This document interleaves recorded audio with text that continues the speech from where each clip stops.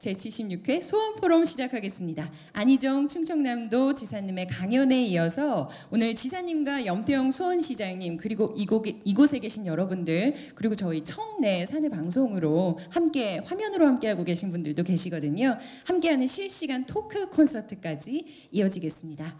자, 그럼 먼저 지사님의 강연을 만나보죠. 여러분을 만나기 위해서 멀리서 한 걸음에 달려와 주신 안희정 충청남도 지사님 무대로 모십니다. 큰 박수로 환영해 주시기 바랍니다.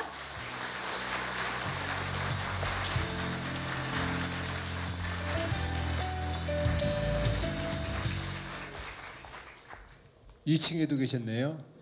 네, 반갑습니다. 네.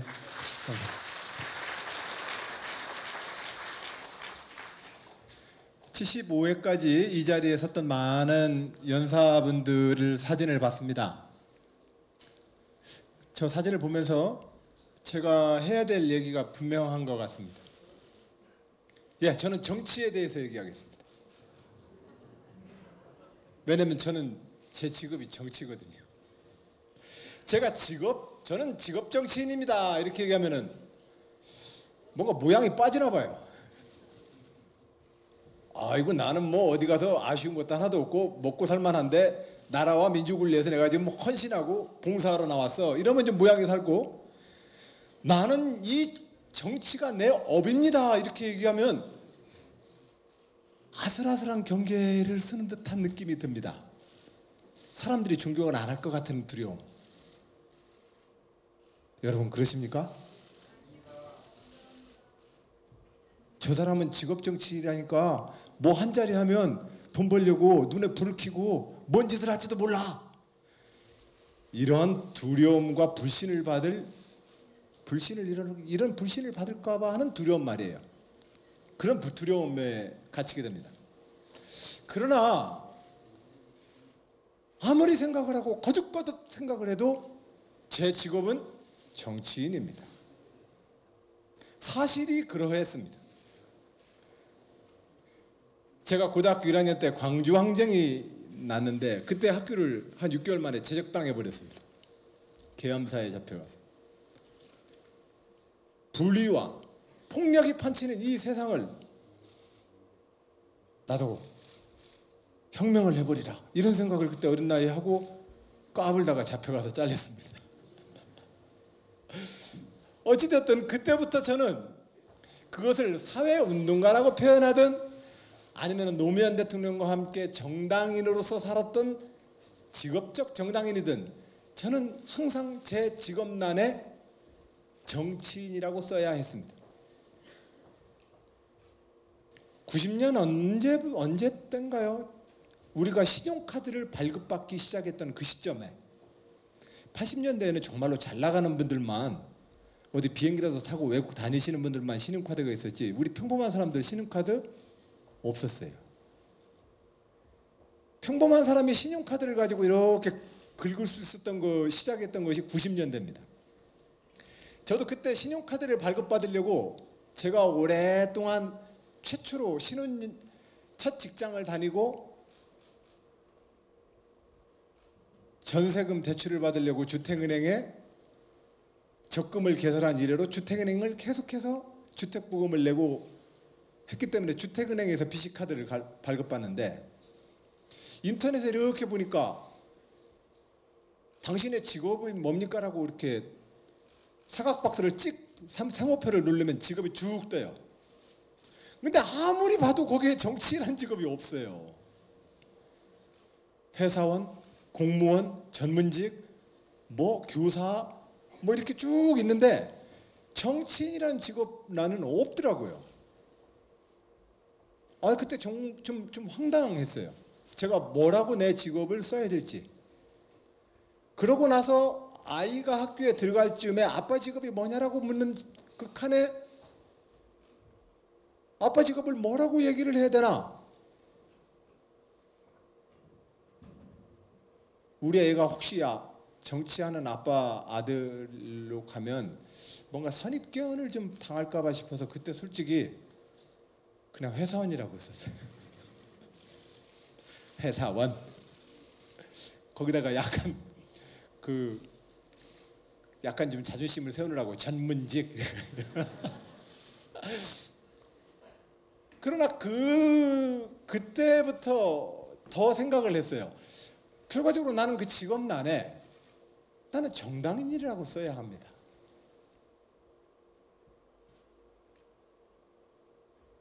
저는 그래서 사회적으로 돈 많이 벌고 출세하고 이름 석자 유명해져 가지고 오는 순서가 정치인인 이 순서는 난 아니라고 봅니다. 여기도 전문 직업인입니다. 요즘 우리가 직업을 재발견하지 않습니까?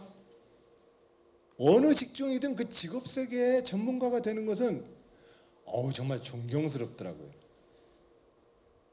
요즘 요리하시는 분들 얼마나 우리가 또 좋아합니까? 요리에 대한 전문가적인 어떤 기질을 갖고 우리한테 맛있는 음식을 해주는 그 직업 요리사들에 대해서 우리가 얼마나 새로운 관점으로 그들을 보게 됩니까? 어떻게 보면 우리는 각자가 가지고 있는 직업에 대해서 그 직업 세계의 전문성과 깊이와 그 직업 윤리를 존중하면서 우리 사회가 그만큼 선진국으로 가는 것 아니냐 싶습니다. 옛날에는 나 이거 밑지고 팔아요 그러면 장사가 어디 밑지고 파는 장사가 어디 있어? 그러나 우리가 그럴 때는 이제 정가 제도를 도입하자. 시장의 바가지 유금을 극복하자. 많은 제도적 보완을 했지만 결과적으로 우리는 장사하시는 분이 상업에 종사하시는 직업인으로서 그들이 유통업에 대해서 무엇을 창조하는가에 대해서 우리는 존중하게 됐습니다. 우리의 생활상의 많은 필요를 찾아서 그것을 생산하는 자들의 생산물을 우리의 구체적 생활의 필요와 연결시켜주는 사람들, 굉장한 창조적 직업입니다. 그냥 싸게 떼다가 비싸게 팔아먹는, 그래서 우리가 말하는 꾼이라고 표현되어지는 그런 직업적 비속어가 아니라 우리가 하고 있는 모든 직업들은 각각 직업 윤리가 있고 그 직업을 수행하면서 만들어내게 된 달인으로서의 자기 직업적 전문성을 갖게 되는구나. 와, 그래, 뭐든 다 달인들이구나. 이것을 우리가 존중하면서 우리 사회가 얼마나 더 고품격 사회로 발전합니까? 자, 그럼 다시 얘기를 돌아오겠습니다. 정치인은 뭐의 달인입니까? 그래요. 정치라는 것이 직업 전문 직종인 걸 알겠는데 정치가 뭐의 달인이요? 라는 질문을 우리 마음속에서 던지거나 사람들은 던집니다. 우리 마음속에 여러 가지 답이 있습니다. 신경줄이 굉장히 질기는 사람들, 남의 말을 어쩌면 저렇게 교묘하게 비틀어 가지고 어깃장을 놓는지, 그것도 표정 하나 안 바뀌면서, 그러면서 또 자기들끼리는 굉장히 또 만나면은 포옹도 하고 악수도 하면서 둘도 없는 사이가 되는 이 고래 심줄 같은 신경줄에 대해서 그게 정치인가 보다.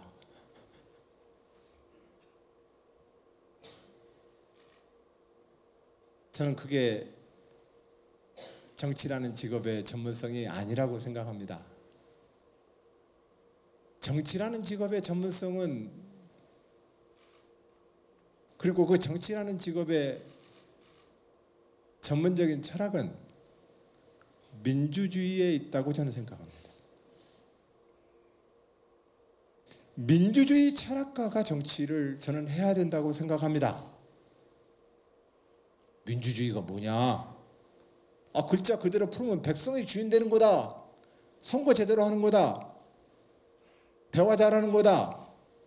다수결에 따라서 잘 승복하는 거다. 뭐 여러 가지 민주주의 미덕이 있어요. 그러나 민주주의야말로 직업 정치인들이 가져야 될 가장 전문적 직업 자기 소양입니다. 왜 민주주의를 우리가 하지 않으면 안 되는가에 대한 확고한 신념을 가져야 합니다. 민주주의 정치인이 사공이 많으면 배가 산으로 가. 그냥 똑똑한 애면 끌고 가야 돼. 이런 말을 하고 이러한 생각을 가지고 있다면 그 사람이 민주주의 정치가가 될 수 있냐? 제가 볼 때는 아닙니다. 그 사람들은 민주주의 정치가가 될 수 없습니다. 그러면 제가 한 4년 전에 유럽의 집정민주주의 협회라고 하는 단체가 있는데 거기에 의장을 보시는 분이 스웨덴 분인데 젊은 교수예요. 아주 멋지게 생긴 키 큰 유럽 남자인데 충청남도를 방문했어요. 그래서 그분하고 이제 대화를 할 수 있는 기회가 주어졌습니다. 그래서 이제 그분한테 유럽에 보면 조그마한 마을 단위로 막 전 마을 사람들이 다 와가지고 마을 회의도 하고 토론도 하고 투표도 해가지고 중요한 의사결정을 하는 이런 집정 민주주의가 많이 발달되어 있는데 우리나라 사람들이 흔히 말하길 그렇게 되면은 우중 정치가 된다. 포퓰리즘이 극에 달한다. 그래서 그 대중 정치는 반드시 실패한다라고 하는 이야기들을 많이 하는데 교수님은 의장님은 어떻게 생각합니까? 제가 그래 물어봤어요. 그랬더니 그분 답변을 딱 듣고 결론은 내가 한 대 딱 맞았어요. 그분이 뭐라고 대답하냐면 뭔가가 잘못되면 그건 대중이 어리석고 우매해서가 아니라 제도가 잘못된 겁니다. 그걸 대중이 어리석고 바보고 그렇기 때문에 그게 실패했다라고 얘기하는 것 자체가 민주주의하고는 거리가 먼 얘기입니다. 저분 박수 치는데 여러분 민주주의 시민 여러분 박수 한번 치시기 바랍니다.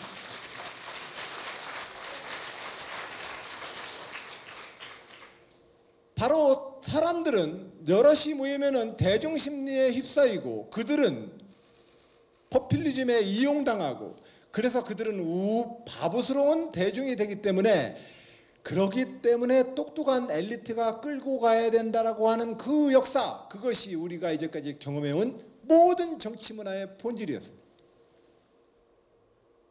그런데 그 유럽의 젊은 제 동갑의 그 젊은 학자가 저한테 무엇이 실패했다면 그것은 대중의 어리석음을 탓하지 말고 그 대중의 이기심과 탐욕과 그 싸움이 일어나도록 만든 제도를 탓해야 되는 건 아닐까요?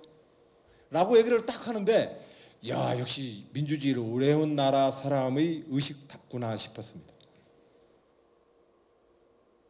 그러고 보니까 여러 가지 사례가 막 떠올랐습니다. 맞아. 공중 화장실에 가가지고 옛날에 지금도 잘 안 지키지긴 하지만 소변은 급해 죽겠는데 줄들은 다 소변기마다 줄 서 있고 그래가지고 어디에다가 빨리 줄 서까 해가지고 이렇게 줄 서 보면 앞에 어르신이 계셔가지고 굉장히 속도가 안 나가고 그래가지고 3명 줄 섰던 데보다 2명 줄 서 있던 4줄이 갑자기 더 늦게 나오고 하면 나는 정말로 급해 죽겠고 자 소변기마다 줄 서는 제도가 있고 화장실 입구에 한 줄로 서서 빈 순서대로 가는 줄서기 제도가 있습니다. 똑같은 사람들이지만 이 제도의 차이는 사람의 품격을 달리 만듭니다.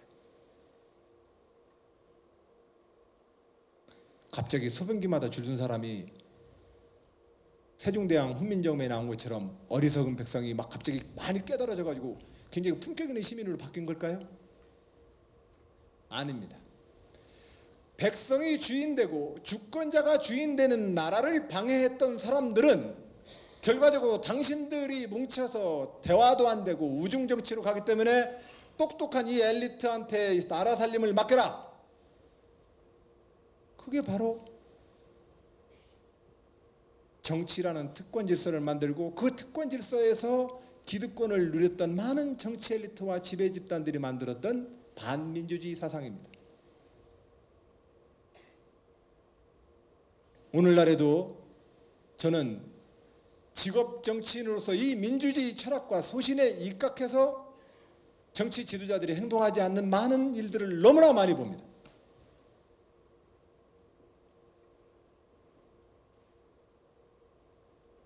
오늘 우리 모두가 가슴을 쓸어내리고 걱정하게 하는 박근혜 대통령의 요 며칠간의 이런 많은 불미스러운 일들도 결과적으로는 민주주의에 대한 직업적 자기 소양과 직업 윤리의 결여에서 나온 문제라고 저는 생각합니다. 그러나 대한민국 시민 여러분, 사실은 우리가 투표해가지고 대통령 뽑아본 지 얼마 됐습니까? 이제 30년 됐습니다. 노태우, 김영삼, 김대중, 노무현, 이명박, 박근혜 5, 6, 30, 30년 6번 겪었습니다. 이 6번의 대통령 선거 과정을 겪어보신 대한민국 주권자 여러분, 현실 정치에 대해서 많은 실망을 느끼고 계십니다. 직업 정치인으로서 그 실망을 드린 점에 대해서 매우 죄송하게 생각합니다. 그러나 시민 여러분, 이 나라는 우리의 것입니다. 우리가 주인이 되어야 합니다.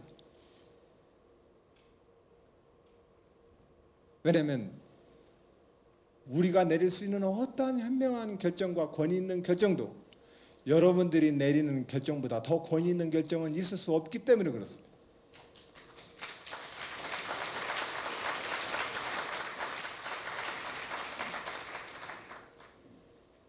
그런 점에서 저는 민주주의 신념과 철학으로 이 직업 정치인으로서 저의 길을 끊임없이 걸으려고 노력해 온 사람이다.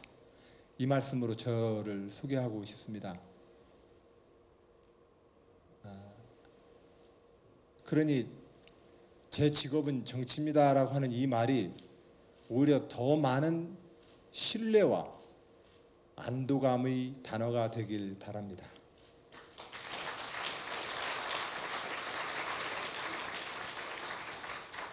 자, 그러면 멀리서 찾지 말고 6번의 대통령을 겪으시면서 여러분들 우리는 어떠한 것들을 경험했습니까? 가장 큰 문제, 선거라는 경쟁을 잘 소화해야 합니다. 선거 만국론, 아이고 조합장 선거 때문에 우리 동네 완전히 절단났어. 윗마을 아랫마을 완전히 패싸움 나가지고 내왕도 안 해. 상가집에 가지도 않아. 선거 망국론. 뭐 크게 보면은 영남 호남 충청도 해가지고 지역적으로 또 정당을 해가지고 또 그 싸움을 합니다.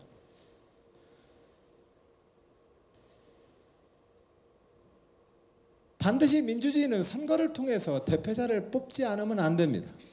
또 어떤 견해에 대해서 그 경쟁 과정을 통해서 투표라는 행위로 어떤 결론을 내야 합니다. 그런데 이 경쟁과 투표 행위가 형제를 분열시키고 마을을 분열시키고 국가를 분열시킨다면 사람들은 이 민주주의 정치와 제도에 대해서 불신하게 됩니다. 그냥 똑똑한 놈이 끌고 왔으면 좋겠어. 저놈들 꼴보기 싫어가지고 선거 한들 선거가 나라 망가뜨리겠어.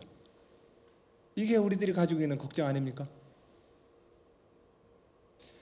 민주주의가 정착되려면 이 경쟁과 선거라고 하는 것을 분열과 대립의 격화가 아니라 다른 의견에 대한 토론과 승복과 통합의 결론으로 이끄는 제도로서 선거와 경쟁이 존재해야 합니다. 그런데 왜 그렇게 안 갑니까? 선거와 경쟁이라고 하는 것에 대해서 정당과 정치인들이 그 선거와 경쟁을 민주주의자로서 치르지 않기 때문에 그렇습니다. 첫 번째, 나는 선이고 나는 정이고 저놈은 악이다라고 생각을 하고 경쟁하면 그 싸움은 후유증 오래 커서 오래 그 선거 끝나고 나면 다시 못 만납니다. 선과 악의 싸움인데 어떻게 그 결과에 대해서 그러면 나는 악이라서 졌네, 저 사람은 선이라서 이겼고, 그러면 그 힘이 모아집니까? 안 모아집니다. 민주주의는 선과 악, 정의와 불이라는 이분법적인 사고를 가지고는 절대로 운영될 수 없는 제도입니다.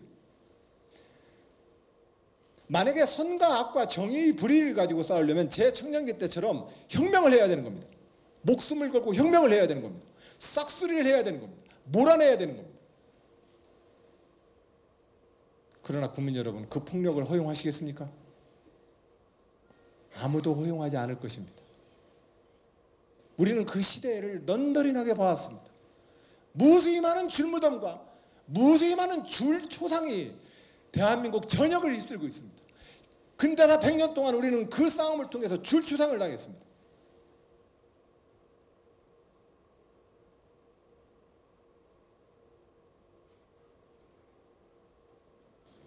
(6.25) 전쟁 때의 그 많은 인민군과 국군에 의한 민간인 학살, 그 죽음은 정의와 자유세계를 지키고자 하는 이념이든 인민과 노동자와 민중을 위한 해방의 이념이든 결과적으로 평범한 이 땅의 사람들은 나타났다 하면 장독대에 숨고 마루 밑에 숨고 끌려가서 죽어야 됐습니다. 제가 페이스북에 지난 100년의 시대를 뛰어넘겠다고 하는 것은 바로 이 역사의 현실 때문에 그렇습니다. 저는 이 역사를 뛰어넘고 싶습니다. 그래서 민주주의가 우리 모두를 가장 우애 있고 평화롭게 우리 모두의 번영을 보장하는 체제로서 민주주의가 작동 가능하도록 만드는 정치인, 그게 저이고 싶습니다.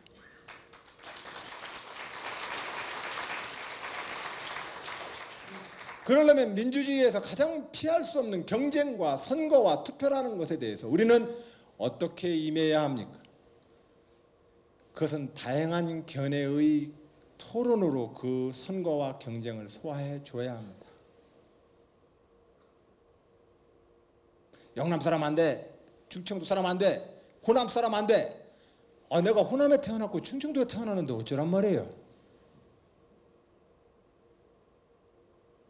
이런 것에 근거해서 내 지지를 모아버리면 그것은 선악의 이념보다도 더한 상처를 만들어버립니다.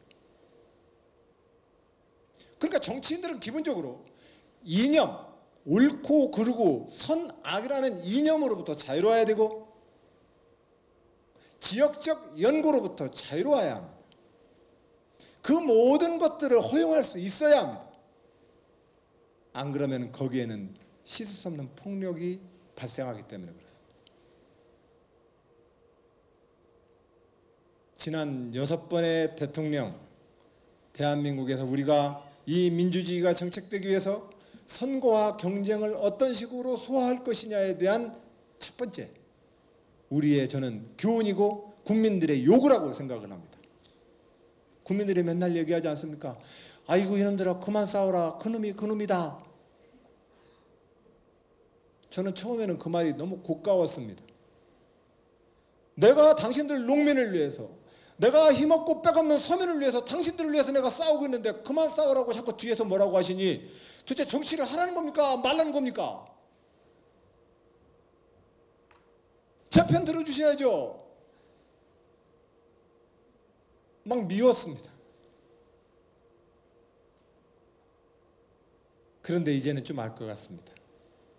왜 국민들이 그것을 단순한 그들만의 싸움이라고 얘기를 하면서 그만 싸우라고 얘기하는지, 그것이 단순하게 9시 뉴스의 양비론, 이것도 옳고 저것도 옳고 이놈도 그렇고 저놈도 그렇고 하는 이런 9시 뉴스의 영향을 받아서 그런 얘기를 하는 것이 아니라 국민들의 평범한 상식으로 봤을 때 현실의 정치가 과거의 낡은 정파적 관점으로 싸우기 때문에 국민들이 볼 때는 별로 실감이 안 되는 겁니다. 그리고 그런 방식으로 싸워가지고는 그 싸움의 박수를 어느 쪽 편을 들 수가 없는 겁니다.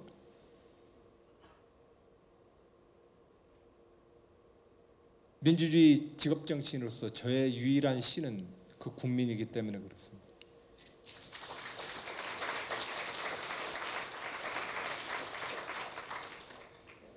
기독교인들이, 캐톨릭 아니면 불교의 종교인들이 주말마다 집회에 나가서 부처님과 하느님과 예수님과 성모 마리아를 향해서 그 기도 꿇고 무릎 꿇고 기도하는 그 심정이 저한테는 역사와 국민입니다. 그걸 거역해보고도 싶었습니다. 현실 정치에 내가 정의라는 이름으로 싸우고 있는데 왜 자꾸 저를 똑같이 취급합니까? 그러나 이제는 알 것 같습니다. 그런 점에서 선거와 경쟁이라고 하는 이 구조에 임하는 우리는 절대적 진리관이나 내가 선하고 내가 정의라는 이름으로 상대를 향한 그 미움과 저주를 멈춰야 합니다. 국민들이 원하십니다. 그렇게 하라고 원하십니다. 선거와 경쟁을 임하는 직업정치인 저의 첫 번째 생각입니다. 두 번째, 다수결입니다. 자, 선거 결과가 나왔습니다. 선거 결과가 나와서 어디든 이장님도 뽑히고 조합장님도 뽑히고, 뭐 대통령 국회의원은 너무 크니까 그거 하지 말자고요. 자, 이장님도 뽑고 통장님도 뽑고 조합장님도 뽑았다고 쳐요.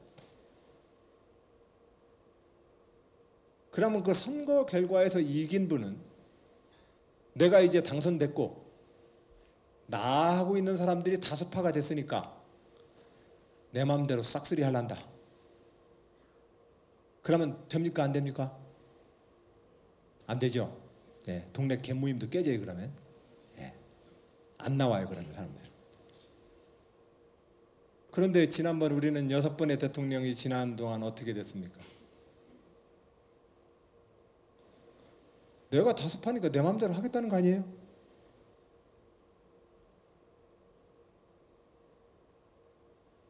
민주주의는 분명 다수결의 원칙입니다. 우리가 어떤 결론을 내리거나 사회적으로 우리 모두가 우리 모두를 구속하는 어떤 결정을 내려야만 할 때 우리가 의지할 수 있는 유일한 방법은 다수결밖에 없는 건 사실입니다. 그러나 그 다수결이 싹쓸이 소수자에 대한 폭력이 되어버리면 그 다수결은 마을을 절단내고 집안을 절단내고 국가를 절단내버립니다.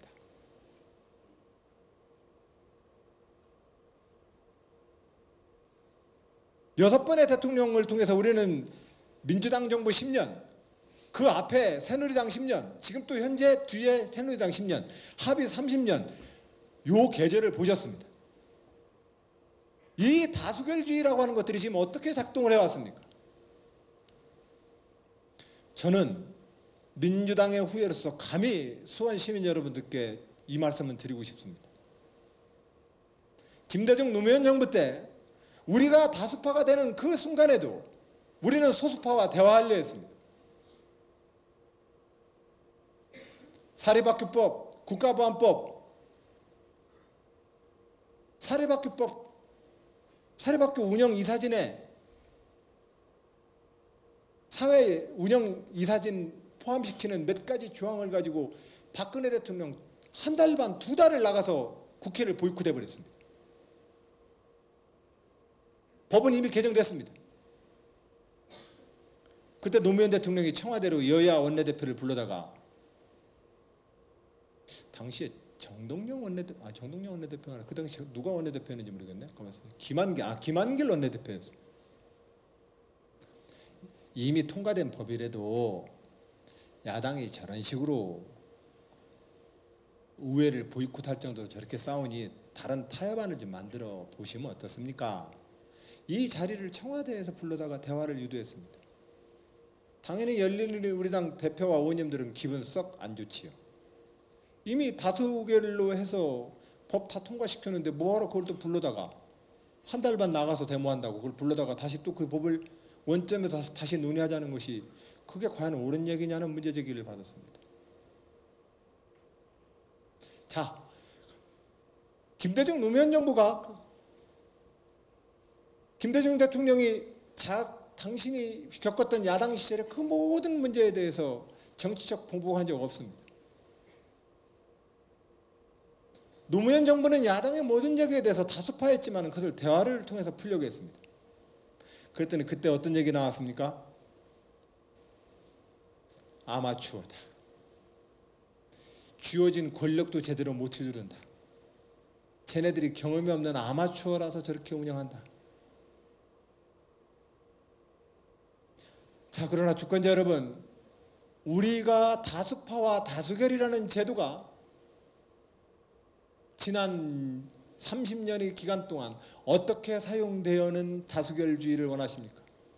우리가 원하는 민주주의에서 다수결이라는 것은 무엇을 뜻하는 것입니까? 내가 한 석이라도 다수파를 행사했으니 막 밀어붙여서 무조건 끌고 가는 그 다수파가 민주주의와 인연이 있는 다수결입니까? 저는 아니라고 생각합니다. 그런 점에서 다수결 제도를 정착을 시키는 과제를 이 30년 동안 우리는 봐왔습니다. 그 과제를 깨닫게 되었습니다. 다수결 제도를 잘 운영해야 합니다.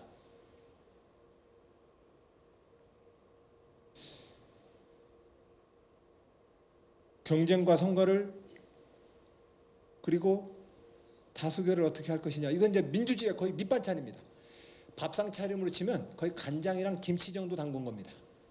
자, 그럼 메인 디쉬를 만들어야 합니다. 오늘의 메뉴, 메인 디쉬를 만들어야 되는데 이것도 시대마다 다릅니다. 여기에는 정부 혁신의 과제가 있고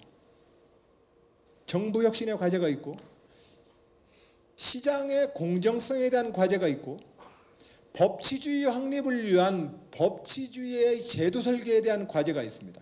이것은 계속해서 조정을 해줘야 합니다. 이게 시대적 과제로 계속해서 떠오릅니다.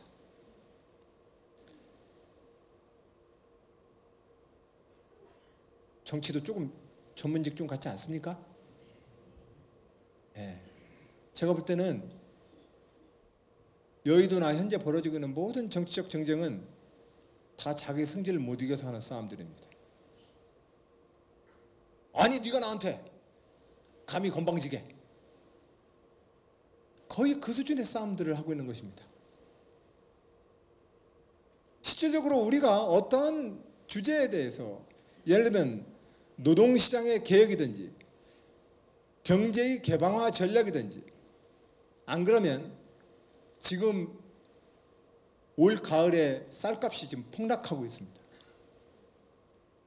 쌀값 폭락에 대한 우리의 쌀과 식량 정책에 대한 논쟁이든지, 이 논쟁을 우리는 좀 해야 합니다. 예를 들어서 저는 농민들과 충청남도 농민들과 함께 지난 5년 동안 삼농혁신이라는 이름으로 충청남도 도지사의 제1과제, 그것은 농업, 농어촌, 농어민에 대한 삼농정책입니다 라고 저는 도정을 봐왔습니다. 사람들이 2010년도에 제가 농업정책을 제1도전과제로 내세운다고 하니 다들 걱정했습니다. 다음번 재선에 도전해야 될 텐데 농업정책 뭘 해가지고 성과 있다고 말하려고 그래요. 다음번에 좀 성과 있고 자랑할 만한 주제를 빨리빨리 내걸어야지, 그 농업 문제를 지금 제1 자기 도전 과제로 내세우면 다음번 선거 때 뭐 했느냐고 질문하면 대답을 못해서 어떡하려고 그러냐, 걱정들을 해주셨습니다. 그런데 저는 주권자한테 가장 성실하고 신뢰받는 모습이고 싶습니다. 들어야 될 항아리독이 분명히 있는데 그거 다 놔두고 가벼운 보따리나 하나씩 들고 다니면서 열심히 일하는 척 보이는 그런 일꾼 되기 싫습니다. 물론 제가 그걸 지금 당장 허리 부러지면서 들 수 있다고 자신 있게 얘기하는 건 아닙니다. 하지만 그 문제를 풀어야 된다고 하는 것에 대해서는 확고하게 제일 첫 번째 과제로 삼아야 되는 거 아닐까요?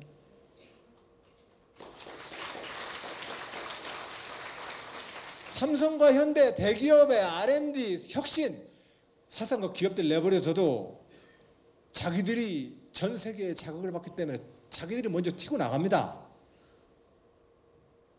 정부와 정치인들이 그거에 대해서 정책과 보조금을 주고 당장 성과를 낸 것처럼 얘기할 수 있는지 모르겠으나 사실상은 제가 볼 때는 정보 분야가 그 기업보다 더 잘한다고 저는 생각하지 않습니다.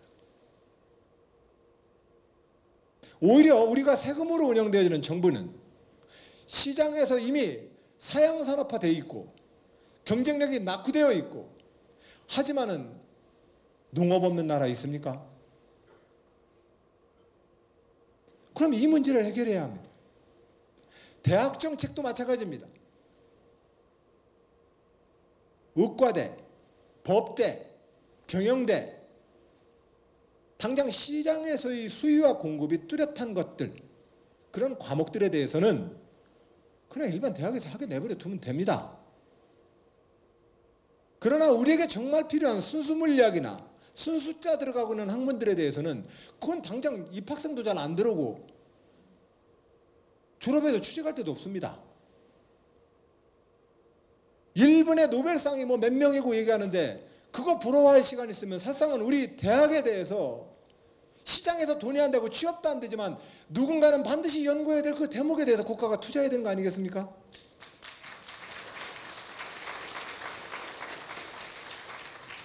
저는 그래서 도지사로서 가장 중요하게 여기는 것, 농업, 농어촌, 농업인과 함께 하겠다.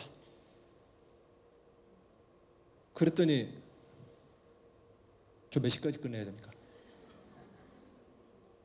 저 내버려두면 한 4시간 해요. 자, 5시 반까지? 5시 반까지? 예, 15분 남았네. 예. 15분 남았습니다.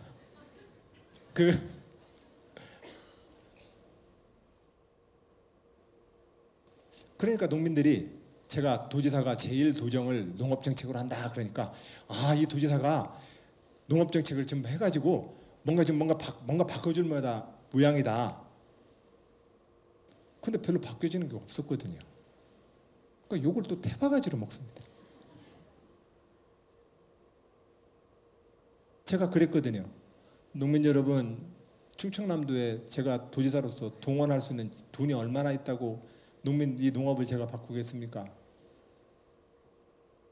하지만 대한민국은 농업 예산이 약 14조 원가량을 씁니다. OECD 선진국에서도 이 농업 재정은 작은 예산이 아닙니다. 그런데 왜 이 농업 재정이 우리의 농촌 현실과 농업의 미래를 위해서 그 재정이 잘 쓰여지고 있다라고 하는 박수를 왜 못 받습니까? 2011년도 부여에서 전국 농민대회를 했습니다. 다들 막 축사를 합니다. 도지사도 이제 개최 도에 도지사라고 축사를 하라고 올라갔습니다. 농민들한테 그렇게 얘기했습니다. 농민 여러분, 정치하는 사람 다 그놈이죠? 그랬더니 어떻게 또 눈치도 없이 예 하고 대답을 해요. 웃으면서. 농민 여러분, 저는 그래서 그런 놈 안 되겠습니다. 어떻게 안 될 거냐고요? 정직하게 말하겠습니다. 저는 도저히 자신 없을 때 안 되면 안 된다고 말씀을 드리겠습니다. 그랬더니 막 박수를 막 우레같이 쳐요.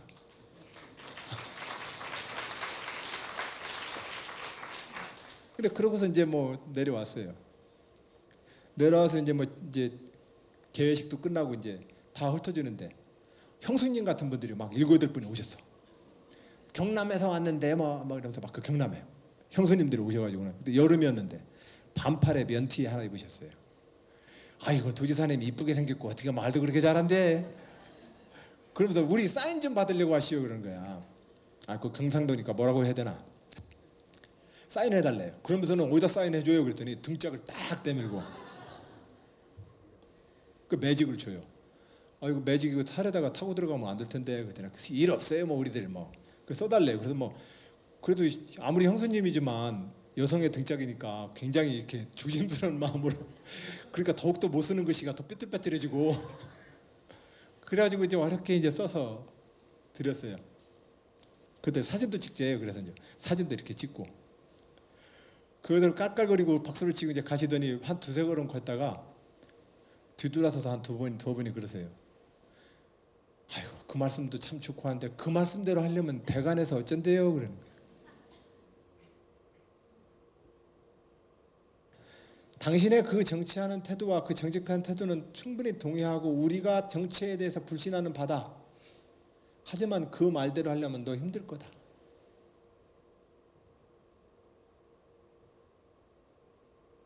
사실은 다 알아요. 다만 우리의 그때그때 이 생활의 처지와 인연과 관계가 그걸 다 알고 있는 사실을 안다고 얘기를 못하게 할 뿐이지 우리는 다 알거든요. 그래서 충청남도 삼농정책은 핵심적으로 이 14조 원의 돈이 왜 효과가 없는지를 따져보자는 겁니다. 그랬을 때 가장 핵심이 뭐냐면 농민들은 가만히 계세요. 자, 우리가 하라는 대로 하세요. 깻잎 시설하우스, 토마토 시설하우스, 눈 내리면 비닐하우스 주저앉으니까 1m 간격으로 몇 미리 파이프 쌓고요. 비닐은 몇 미리 두께로 하세요. 자, 이거 정보 보조금 70%, 자담 30%. 주면은 시장에서는 어떻게 해요? 하우스를 짓는 분이 30% 자담 내가 다 꾸며줄 테니까 그 공사 나한테 가져와. 그러면 70% 정보 보조금 가지고 대략 지은 다음에 30% 자담한 것처럼 해서 공사를 진행합니다.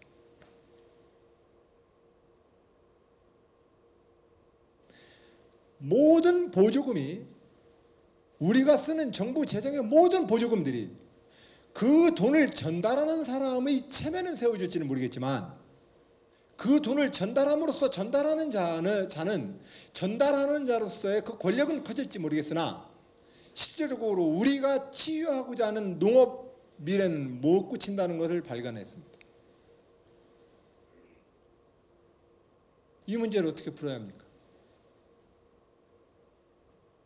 그래서 지난 5년 동안 한 달에 한 번씩 각 분야별로 쌀 농사 하시는 분, 소 키우시는 분들, 돼지 키우시는 분들, 특수작목 하시는 분들, 수산업 양식업 하시는 분들, 갯벌 양식업 하시는 분들, 김 양식업 하시는 분들, 임산물과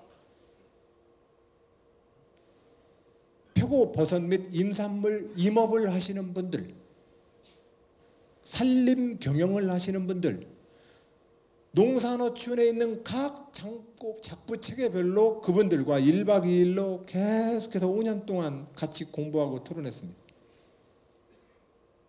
어떻게 해야 합니까?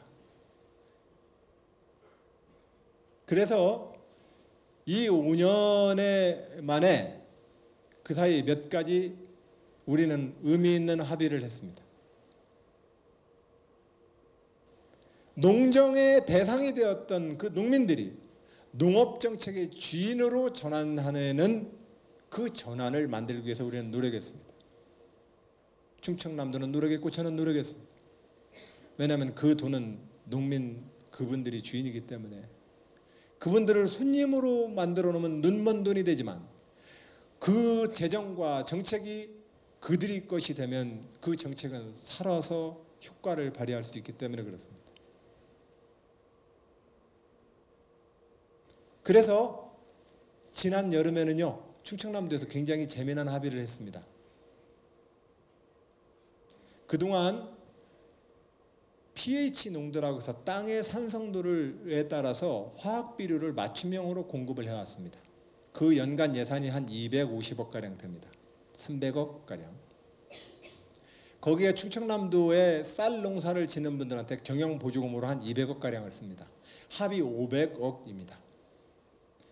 쌀 경영보조금은 1헥타르당 얼마의 지원금에서 농사를 많이 짓는 분은 더 많이 받게 되고 농사를 적게 짓는 분은 그 적게 받는 그런 경영보조금이고,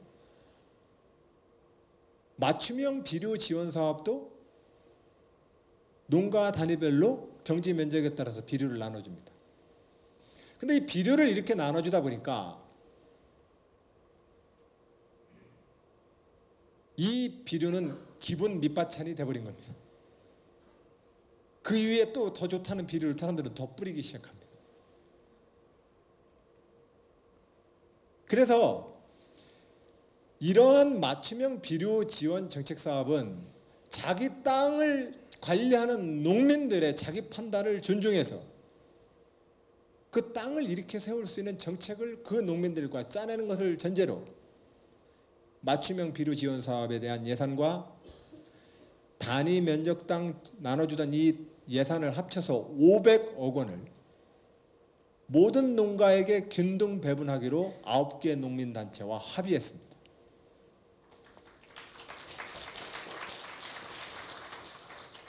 저는 굉장히 보람 있는 합의라고 생각합니다. 5헥타르, 10헥타르 농사 짓던 분들이 몇백 정도씩 손해보는 결정을 해주신 겁니다. 왜?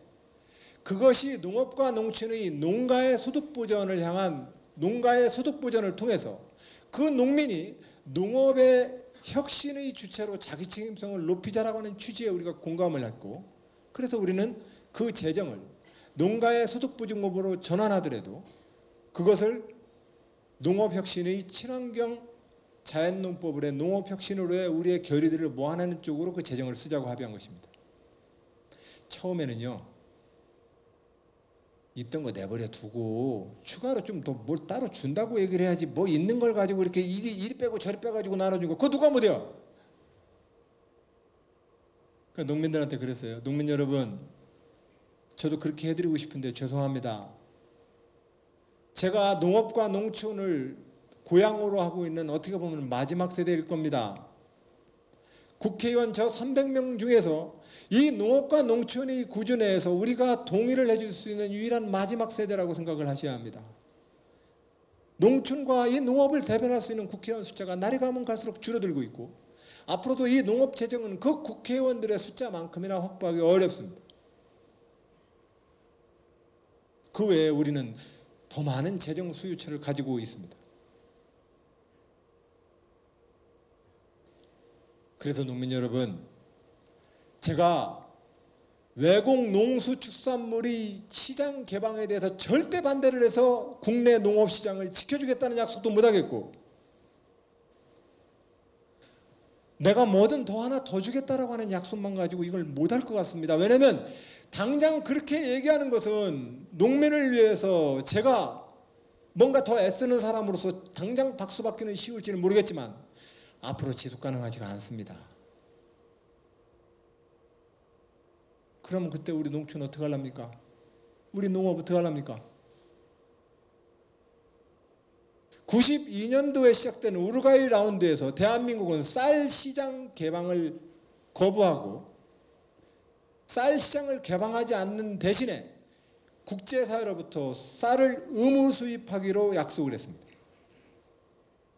그 당시 일본은 관세를 통해서 쌀 시장을 개방했습니다. 쉽게 말하면 국내에 20kg 쌀한 포대가 20kg 쌀 한 포대가 예를 들면 100만 원이라고 쳐요. 아니 10만 원이라고 칩시다. 그럼 국제 가격은 외국의 국제 가격을 보니까 그게 2만 원입니다. 그러면 국제 가격보다 국내 가격이 8만 원 더 비싸지 않습니까? 이 8만 원 더 비싼 만큼 수입할 때 관세를 붙여서 시장을 개방하자는 겁니다. 일본은 700%대의 쌀 관세를 가지고 그때 시장을 개방했습니다. 근데 우리나라는 어떻게 했습니까? 식량은 주권이고 안보다. 농민을 살려라. 우리의 전통적인 주곡인 쌀 시장을 개방한다는 것은 우리의 주권을 포기하는 일이다. 그러니까 정치인들이 모두 다 겁을 먹고, 그래 우리는 개방 안 할게. 쌀만큼은 막을게. 그렇게 해서 의무 수입량으로 5만 톤, 10만 톤 이렇게 찌끔찌끔 의무적으로 수입을 해주는 대신에 우리는 쌀 시장 개방화라는 정책을 국제사회로부터 연기받았습니다. 그렇게 연기받은 20년의 시간 동안 현재 우리는 필요가 있든 없든 연간 40만 톤의 쌀을 수입해야 되는 나라가 되어버렸습니다.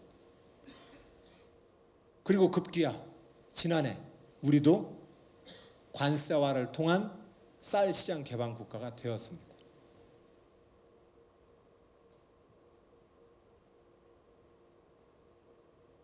우리의 민주주의와 정치가 이 문제를 해소하지 못한 것입니다.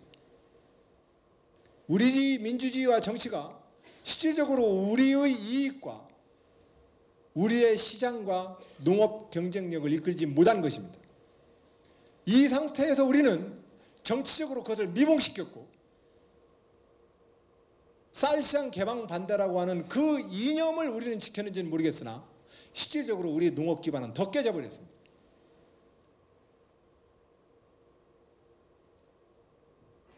노무현 정부 때 한미 FTA를 추진했던 것에 대해서도 엄청나게 많은 반대가 있었습니다. 그러나 김대중, 노무현 두 대통령의 입장은 분명했습니다. 개방이라고 하는 이 흐름은 꺾을 수가 없다. 문제는 이 개방을 통해서 드러나는 우리의 취약점과 문제점을 어떻게 극복할 것인지 논의하자고 우리는 제안했습니다. 그러나 한미 FTA의 반대편에 서지 않으면 집안에서 쫓겨나야 될 분위기였습니다.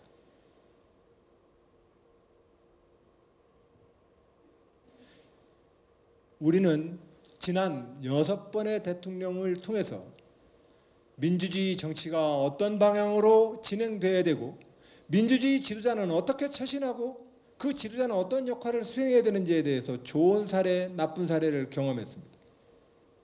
또한 정부가 가지고 있는 주요한 정책들이 어떠한 방식으로 주권자들과 정부가 힘을 모아야 되는지, 세계화라는 큰 흐름 내에서 우리의 대외 정책과 안보 정책이 어떻게 해야만 우리 5천만 국민들의 이익과 생명과 재산을 지키게 될 것인지에 대해서 우리는 이제 냉정하게 그 시대를 돌아봐야 합니다. 저는 2017년 대선이 바로 지난 30년의 우리의 민주주의 과정에서 우리의 결함을 수정하고 국가와 정부를 다시 세우고 주권자의 그 역할들을 더 제고시키는 그런 중요한 선거가 되길 바랍니다. 네.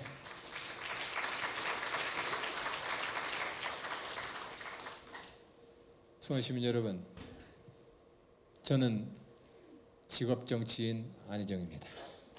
고맙습니다. 네. 오늘 잠시 수원 포럼의 MC로 데뷔한 염태영입니다. 인사드립니다.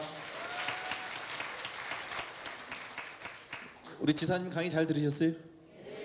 예, 지사님 사실은 생년월일 보니까 저보다 5살이 어리더라고. 근데 지사님이세요.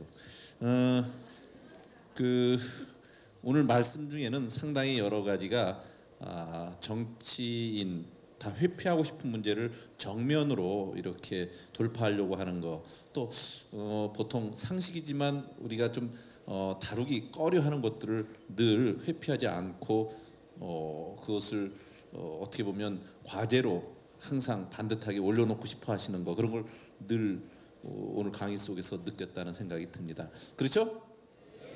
예, 지금부터는 이제 자유롭게 토크를 하고 여러분과 양방향, 쌍방향 통화를 하는 거니까 소통을 하는 내내 여러분들께서 즉각 반응을 여기다 보여주셔야 돼요.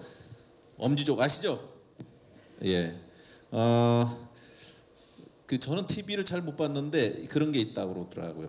마이 리틀 텔레비전, 예, 그 방식이고 여러분들께서 올려주시는 여러 가지 표현이 다 겉으로 드러나고 그 중에 질문을 여기서 받아가지고 지사님께 드리는 그런 식이라는 말씀을 드리면서 오늘 마이텔이 여러분께서는 직접 방송국에서 해보시거나 TV를 보고 하신 적은 없겠지만 오늘 실시간으로 여러분들 한번 수원이 정보 소통 또 IT 디지털 도시니까 이 자리에서 한번 해보시기 바랍니다. 지사님 어떻게 이런 거 해보셨어요? 아침에 직원 조회를 예. 원래 조회를 이걸로 2달에 한 번씩 해요. 이렇게 쌍방향 소통하는 방식으로. 예. 직원들은 무기명으로 들어와서 원래 조회를 하니까 제가 한 10분 정도 잘막하게 얘기한 다음에 주제를 정해놓고 얘기를 해요. 예. 근데 굉장히 처음 해보니까 익명이니까요. 예. 다 게스트 막 이렇게 나오고 되기 때문에 막 들어와요. 그래서 상당히 불편하신 적이 많으셨어요? 예, 막 들어오기 때문에 잘 관리해야지. 예를 들면 지사님 잘생겼어요. 어떤 여직원들이가 봐요. 이렇게 쓰니까 지금 무슨 직원주회 때 도지사지 왜 촬영하고 있어요 지금. 그러고도 막 면박을 주고 막 이러고 나는 사회보다가 좀 머쓱해지고 하여튼 그런 일이 많아요. 하여튼간에. 예.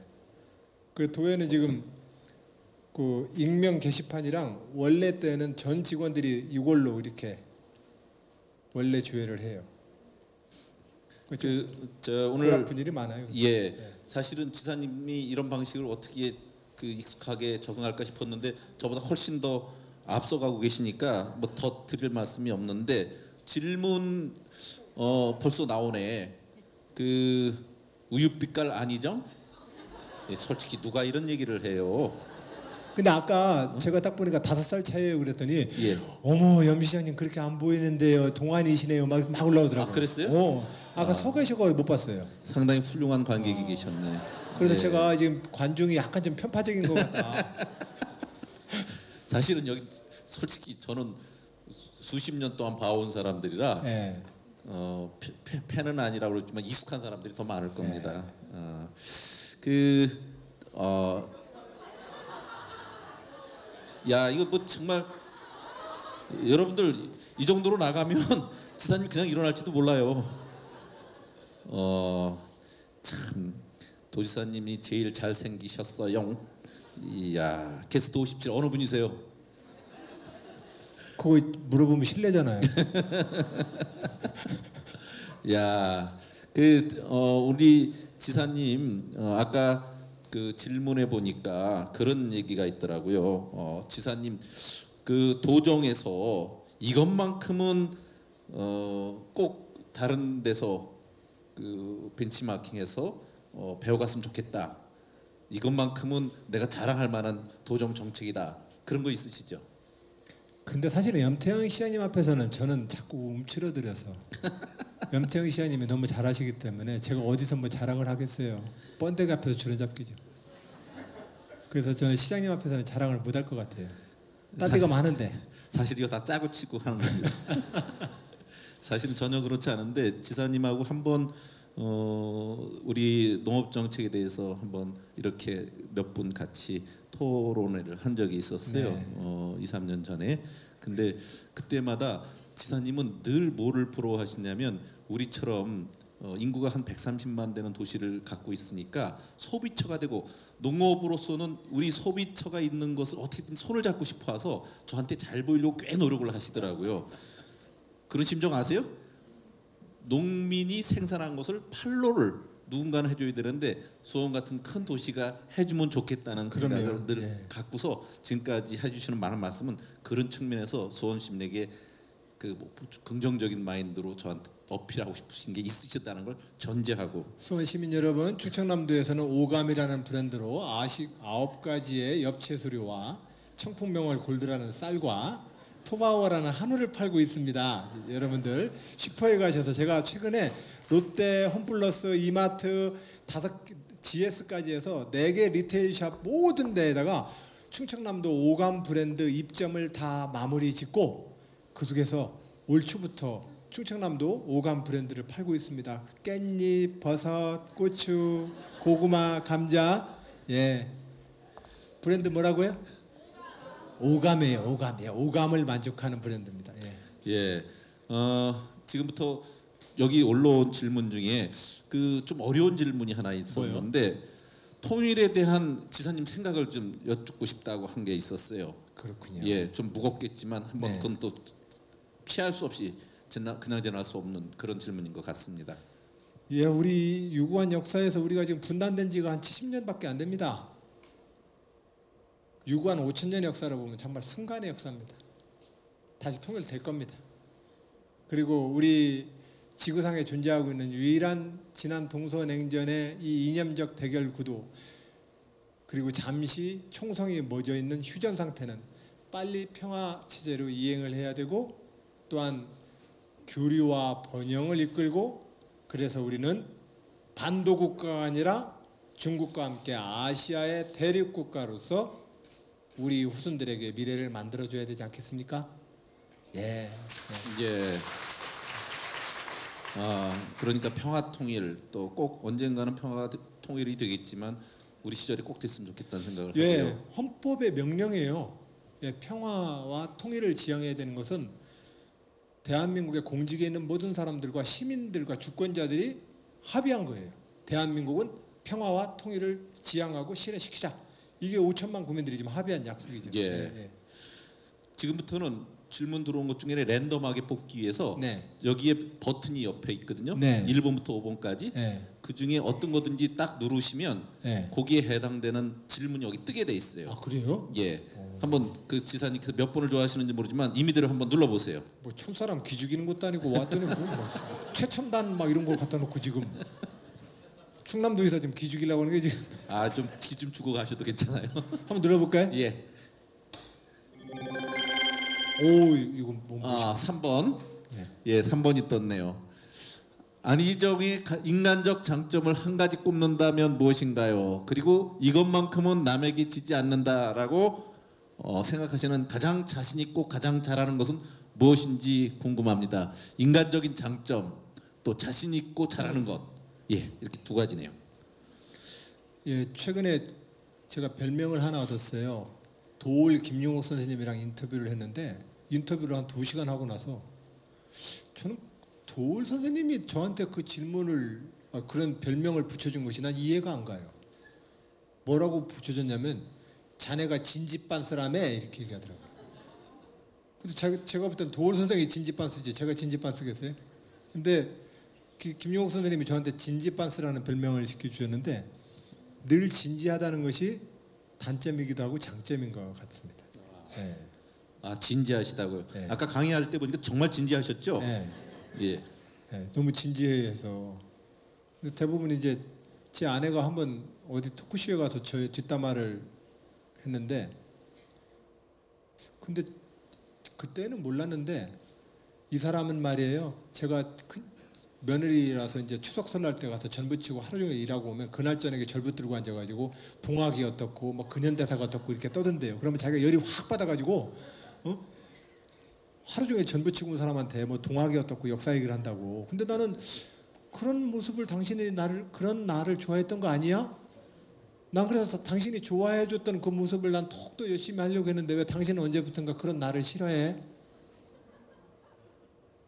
그랬어요. 그러니까 그 부부관계가 그래서 싸우더라고요. 그 보니까. 나 좋아해주고 학생운동할 때 그런 거 잘 멋있게 얘기하고 하니까 그거 멋있다고 나를 좋아해줬는데 나는 그래서 그 멋있다고 좋아해준 쪽으로 계속 쭉 매진을 했는데 제 아내는 집도 안 돌아보고 애도 애 아빠 노릇도 엉망이라고 하면서 저를 막 뭐라고 하고 미워하더라고요. 그래서 마누라 앞에서 이제 역사 얘기 안 해요. 네. 그 자신 있는 건 어떤 거예요? 그럼? 자신 있는 거예요? 예. 진지한 거예요. 그것도 진짜 졌다. 예. 지사님 지금 여기에 뜨는 것 중에 대통령께서 한 말씀하셔서 그런지 개헌에 대해서 어떻게 생각하냐? 개헌을 한다면 어떤 개헌이 돼야 되냐? 이런 질문들이 있거든요. 뭐 중간에 탄핵 뭐 이런 얘기도 나옵니다만 이거 여기서 얘기하기 좀 거북하니까 예. 개헌. 예, 개헌의 필요성이 있다면 유일한 하나의 필요입니다. 무지령이 백성이라고 취급되었던 우리 평범한 우리 주권자들이 좀 더 주인이 되게 하는 방법은 뭐가 있을까? 이것만이 유일한 개헌의 이유입니다. 네. 그랬을 때 현재의 전 세계에 존재하는 헌법은 대의제라는 것을 즉 똑똑한 사람이라고 생각하는 사람 뽑아가지고 그 사람한테 나라 일을 대신 맡깁니다. 그러한 형태로 국가 운영 체제를 정비해 놨는데 근데 이렇게 하다 보니까 어떤 문제가 생기냐면 나라 일 사는 사람이 높은 사람이 돼버려요. 그 나라와 국가는 내 건데 주권자 건데 그 나라 일 보는 사람이 높은 사람이 돼요. 좋은 차 타고 좋은 운 있고. 그러니까 이 구조를 어떻게 하면 좀 더 주권자의 것으로 만들 것이냐 하는데 헌법 논의의 필요성은 있습니다. 그래서 예를 든다면 중앙 집권화된 국가 체제는 좀 바꿔야 합니다. 왜냐하면 자식도 너무 농사가 잘 돼버리면 내 자식이 아니라고 그러잖아요. 네. 그러나 마찬가지로 우리의 나라의 권력도 너무 커져버리면 내 게 아니에요. 내가 청와대 가서 뭐 할 수 있어요? 그러나 염태현 시장 방문은 언제든지 발로 찰 수 있죠. 그렇기 때문에 실질적으로 지방자치를 통해서 좀 더 내가 발로 찰 수 있는 그러나 발로 차는 것에 더 나아가서 내가 주인 행사를 할 수 있는 정부 형태를 갖자. 이것이 헌법 개정의 가장 큰 이유지요. 이제 그런 체제로 이제 가야 되는데 이 논의가 제왕적 대통령제라든지 권력 구조의 효율이라고 하는 측면, 물론 이것도 논의가 필요하긴 한데요. 이것에만 집중되면 또 이 헌법은 내 것이 아닌 높으신 분들 것이 되어버립니다. 네, 그래서 헌법 개정의 논의는 늘 모든 나라에서 헌법 개정의 논의는 백성이 주인 되기 위해서 만드는 것이 헌법 개정 논의라고 저는 생각합니다. 예, 고맙습니다. 사실은 저는 이제 개헌 운동을 계속 해왔고 네. 지금 말씀하신 취지와 흡사한데 네. 지방자치가 제대로 되기 위해서 지방분권형 개헌을 통해서 네. 국가와 지방 지자체를 같이 경쟁력 있게 만들어야 된다 이런 그렇습니다. 생각 갖고 예. 있죠. 예. 예, 그래서 이번 28일 날 500인 원탁 토론을 지방분권형 개헌을 갖고 500인 원탁 토론을 합니다. 막간을 통해서 또 홍보까지 했습니다. 네. 근데 개헌 문제와 관련돼서 한 가지 얘기 나온 김에 말씀을 드리면 2003년도에 프랑스가 30년 동안의 논쟁과 토론을 거쳐서 헌법을 개정했습니다. 그 프랑스 헌법 개정안을 보면서 제가 정말로 크게 깨달았습니다. 우리는 지금 현재 대한민국은 민주공화국이다. 모든 권력은 국민으로부터 나온다. 이렇게 시작하잖아요. 근데 프랑스 헌법은 뭐라고 나오냐면 프랑스 국가는 일체의 이념을 갖지 않는다. 프랑스 국가는 일체의 종교를 국교로 채택하지 않는다. 프랑스는 분권 국가이다. 이렇게 선언을 합니다. 이게 이념과 종교를 갖지 않는다라고 하는 것은 뭐냐면 이념이라는 큰 이념을 가지고서 국가가 이념을 가져버리면 그 이념에 반대하는 사람들은 파리 목숨이에요. 그리고 그건 민주주의에 반하죠. 네, 그래서 그 프랑스 헌법 개정이 논의해서 그들이 선언했던 그 사회적 합의가 정말로 부러웠는데 결과적으로 우리 주권자 여러분, 주권자의 나라 만듭시다. 시민의 나라를 만듭시다. 이것이 개헌의 가장 첫 번째 이유라고 생각합니다. 예. 지금 아까 한 번을 눌렀었잖아요. 예, 또 또 한 번 눌러요? 또 한 번 눌러보시죠. 그래요? 아까 3번을 누르셨고 네. 3번. 5번이요? 5번 누구 그러셨어요? 5번이요? 예, 그렇군요. 예, 마음 여성만 같아서는 같이 올라와서 같이 누를까요? 이러고 싶은데 약간 진행상 제가 그냥 누르도록 하겠습니다. 예, 여성 말씀은 잘 듣네. 그래요. 요즘 사람들은 여유가 없어지면서 자신의 꿈을 잊고 살아가기도 합니다. 도지사님은 정말 다양한 활동을 보여주고 계시는데요. 바쁘신 도정 활동 중에도 잊지 않고 늘 품고 있는 꿈이 있으신지 예, 꿈 얘기를 하나요? 제가 계속 그냥 진지 버전으로 얘기해야 되겠죠?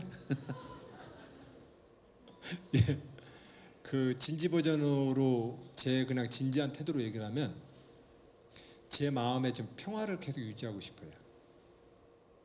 매일매일 화가 나는 일도 많고 뭔가 이렇게 누가 미워질 때도 있고 너무 힘들어요.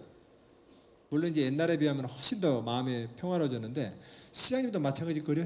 시의회에 나가서 의원님들한테 가끔 이렇게 시정질이 막 당하고 그러시죠. 저는 그런 일 없어요. 그래요? 예.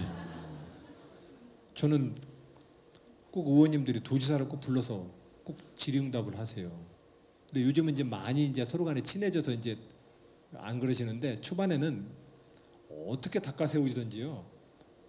이제 제가 참고적으로 말하면 정당이 30대 10이거든요. 그 30분이 이제 새누리당, 10분이 이제 민주당인데 정당 때문에 그러진 않으셨을 거예요. 하여튼간에 지역의 현안을 봤을 때 도지사를 좀 나무라고 싶었겠죠. 근데 어쨌든 굉장히 근데 그분들을 이렇게 도정질을 할 때 내가 좀 화가 안 나고 그분들이 저한테 듣기 싫은 소리를 해도 그거를 이렇게 받아들이면서 대화를 하고 싶은데 그게 잘 안 되는 거예요. 눈이 막 마주치면은요 전광석화처럼 분노가 전염돼요. 막 이렇게. 그러지 않고 저 좀 싫은 얘기를 할지라도 내가 좀 편하게 듣고 그러셨습니까? 예, 저는 이렇게 생각합니다. 이렇게 이 대화를 이끌어갔으면 좋겠는데 상대방도 이제 누군가를 공격해야 되거나 비난해야 되는 일이 쉬운 일이 아니거든요, 사실은. 쉬운 일 아니에요, 사실은. 남의 험담하는 거 쉬운 일 아니에요, 사실. 그것도 면전에다 대고 막 험담하는 거 쉬운 일 아니에요. 그러니까 그 비난과 비판을 하시는 분들도 마음이 격앙돼 있으니까 그분도 굉장히 단어를 막 집어 던지게 돼요. 막 아무도 하나 집어가지고 당황하니까. 근데 그 단어가 와가지고 툭툭 꽂히면은 내 마음도 막 이렇게 막 불이 일어나죠. 그러니까 이제 이것을 좀 피해서 그분과 좀 대화를 내가 좀 편안하게 하고 싶은데 그것이 잘 안 되는 제가 굉장히 너무 한심스러워 보여서 그걸 굉장히 하려고 노력을 해요. 근데 질문이 뭐였는데 내가 이걸 얘기하죠? 꿈. 그래요. 그래서 요 마음의 평화를 좀 유지를 하는 것이 소원이에요. 평정심을 유지하는 예, 거. 평정심을 유지하는 예. 거. 예.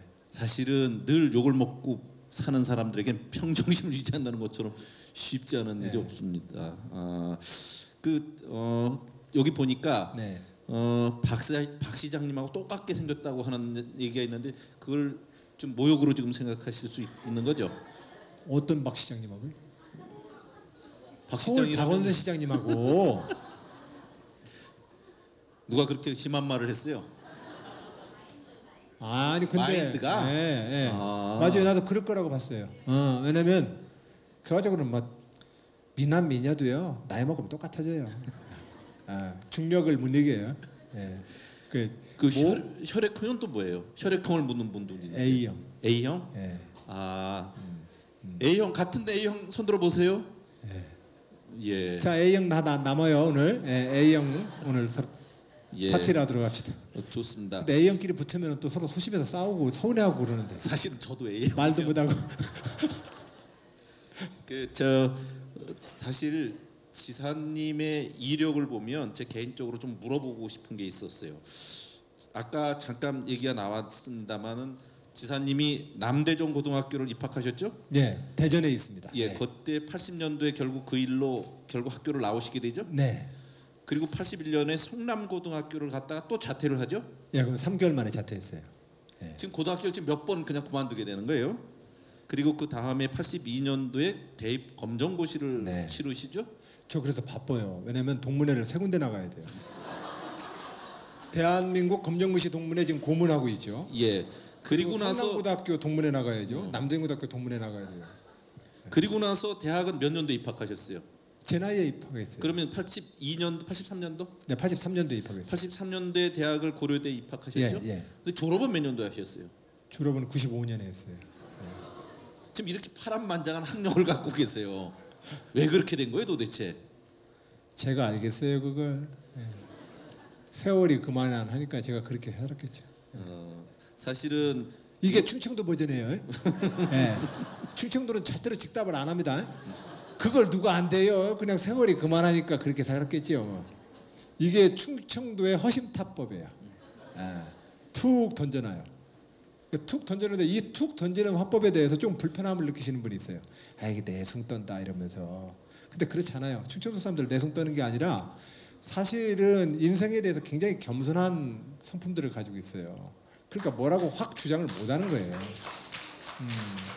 하지만 지난 독립운동 시절에 폭탄 들고서 제일 끝까지 싸웠던 사람들은 충청도 사람들이에요. 예, 충청도 출신들이 많이 와 있는 걸 알고 계세요, 지금. 아니 뭐 꼭 굳이 그런 뭐 지역 발언은 아니었고 일단 지역적 약간의 제가 좀 제 말 어법이 좀 답답하다고 하시는 분들이 있어서 그렇지 않다는 걸 좀 말씀을 드리려고 하다 보니 그렇게 돼버렸네요. 이왕 박수 친 김에 쎄까 한번 칩시다 그럼.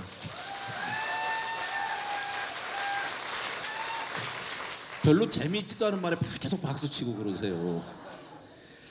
그래서 학교 다니실 땐 공부는 잘하셨어요?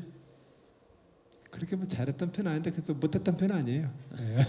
이 충청도 어법인 거죠.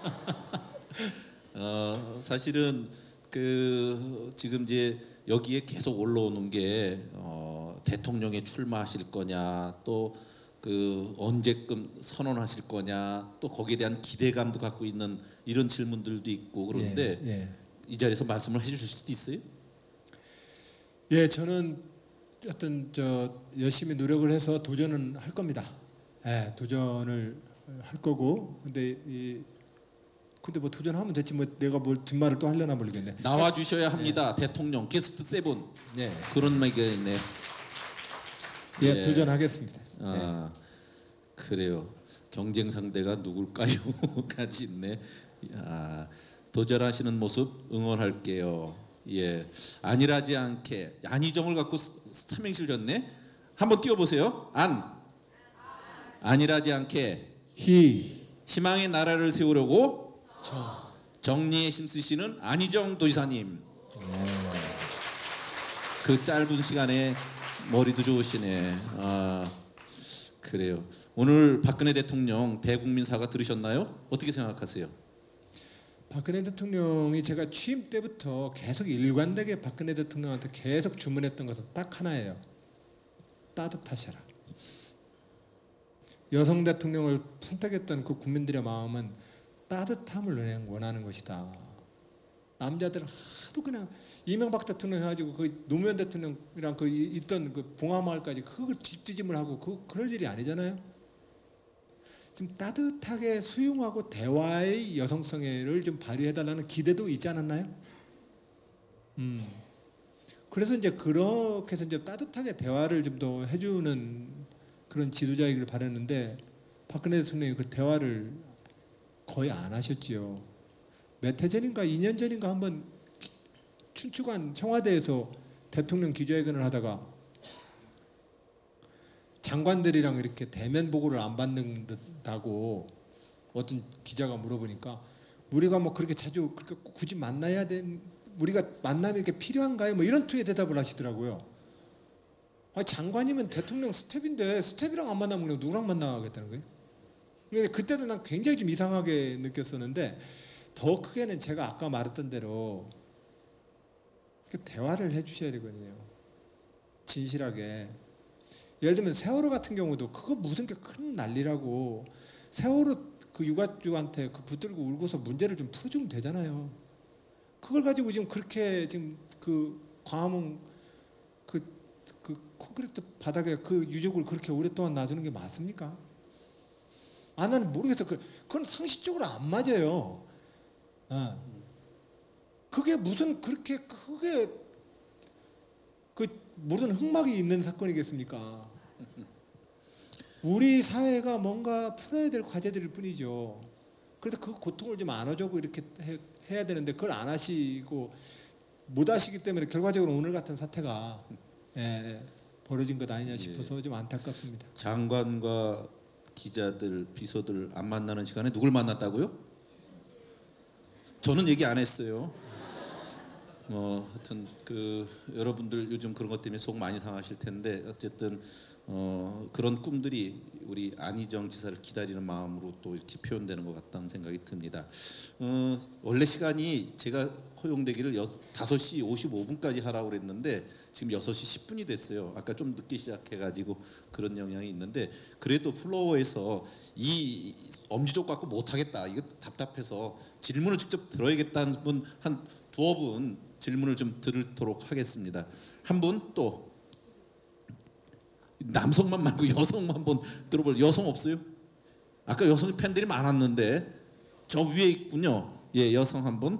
그리고 시간이 되면 지금 손분들도 말씀을 들어보도록 할게요. 예, 마이크를 저 2층에도 있으니까 좀 갖다 주시기 바라고 우선 앞에 분 한 분 드리도록 할게요. 마이크. 예, 올해 충청남도는 여성 도정 한 해로 정하고 여성의 인권과 성평등을 향해서 1년 동안 매진하고 있습니다. 그래서 여성에게 우선권을 주신 염태영 시장님은 역시 멋진 분이다 이런 생각을 합니다. 예, 질문하시죠. 제가 먼저.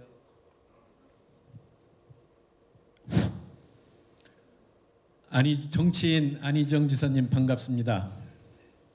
직업이 정치인이니 토크쇼 제목도 21세기 대한민국 혁신 과제이다 보니 너무 소박한 마음이 없이 정책적으로 간 것 같습니다. 사람에 줄 서고 당에 줄 서는 그런 사회가 되다 보니까 우수석과 최순실이 같은 그런 사람들이 나타나고 결국은 개헌이라는 덮개를 갖고 덮어버리면서 이렇게 지나오다 바로 어저께 사건이 터졌습니다. 혹시 안희정 지사님 주변에는 측근이라고 자처하는 사람들의 인해 장막은 혹시 없는지요? 첫 번째 질문입니다. 두 번째는